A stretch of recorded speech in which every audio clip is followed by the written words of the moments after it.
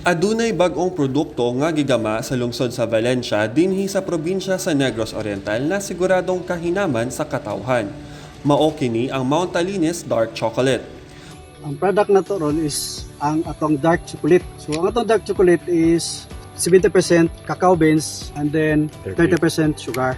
Gawa sa dark chocolate, nagdama sad sila og lamian na sikwate. Dinhi sa demo farm sa Bongbong, Valencia, giprocess ang mga cacao seed para himuong Mount Talinis Dark Chocolate.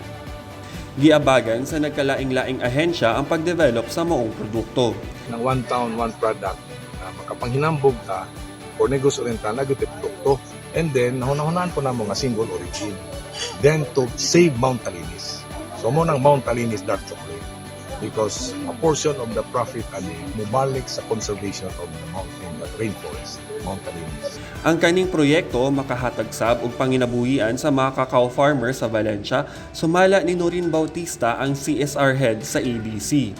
Motabang sab ang EDC sa pag-rejuvenate sa mga cacao tree pinaagi sa ilahang plant nursery na naasab sa Valencia. Gihulat na lang karon ng FDA approval aron masugdan ang mass production sa Mount Talinis Dark Chocolate ug ang pamaligya niini sa merkado.